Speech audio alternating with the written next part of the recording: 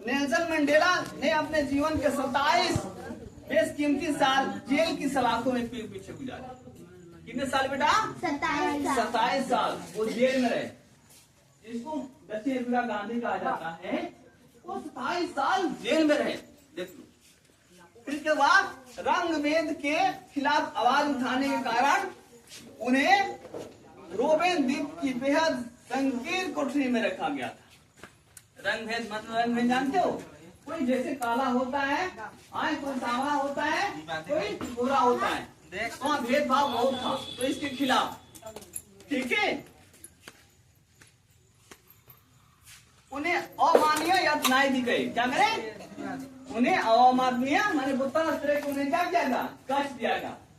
साल 1994 में जेल से रिहा होने के बाद वे लोकतांत्रिक रूप से देश के पहले अश्वेत राष्ट्रपति बने।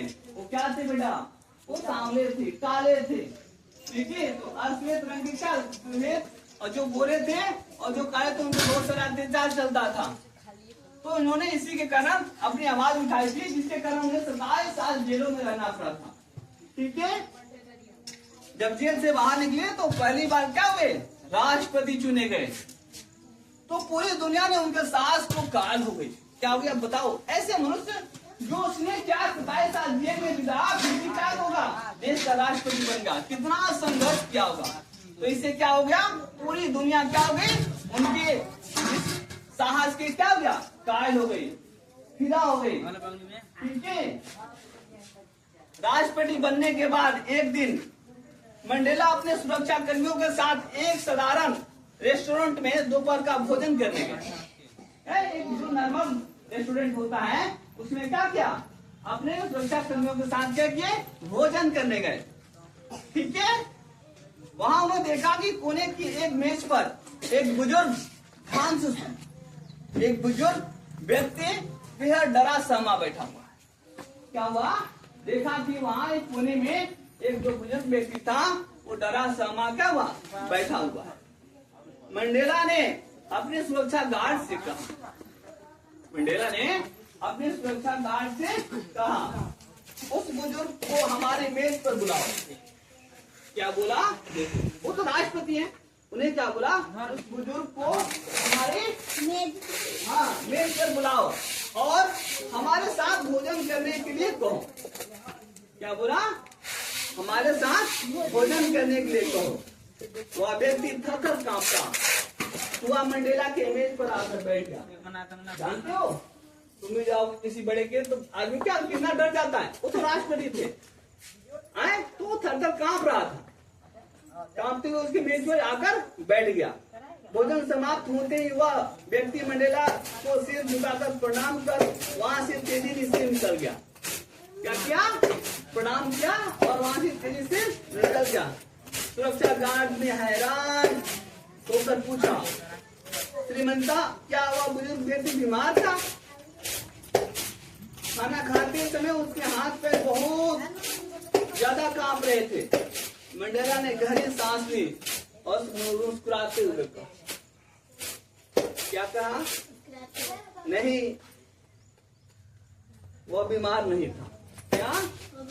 वो बीमार नहीं था, वो उस जेल का रक्षक गार्ड था। देखो कौन था? इस जेल में बैठे, जेल में थे 27 साल। उस जेल का रक्षक को क्या था? गार्ड था। जहाँ मैं कैद था वहां पे मैं क्या था? वहीं कैद था। वहां पे वो क्या था? गार्ड था। जब मुझे यातनाएं देकर जमीन पर फेंक दिया जाता था, जब यातनाएं मैंने उसको कष्ट में नहीं होता, जेल में जाकर यातनाएं दिया जाता था, तो क्या किया था? जब जमीन पर फेंक दिया जाता था और मैं प्यास से तड़प कर पानी मांगता था, तो यह व्यक्ति पानी देने के बजाय मेरे चेहरे पर थूक देता। क्या करता था? पानी देने के बजाय मेरे चेहरे पर थूक देता था, ठीक है। आज जब मैं राष्ट्रपति बन गया तो उसे लगा कि मैं अपनी ताकत का इस्तेमाल कर उससे बदला लूंगा। क्या करूंगा? बदला लूंगा। लेकिन नफरत से नफरत को कभी नहीं खत्म किया जा सकता। क्या बोला?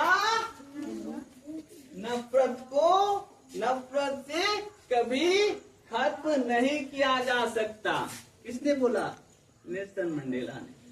ठीक है, मंडेला ने आगे कहा, यदि मैं जेल से बाहर आकर भी उससे नफरत करता रहता तो मैं आज भी उसी संकीर्ण जेल की कैदी होता।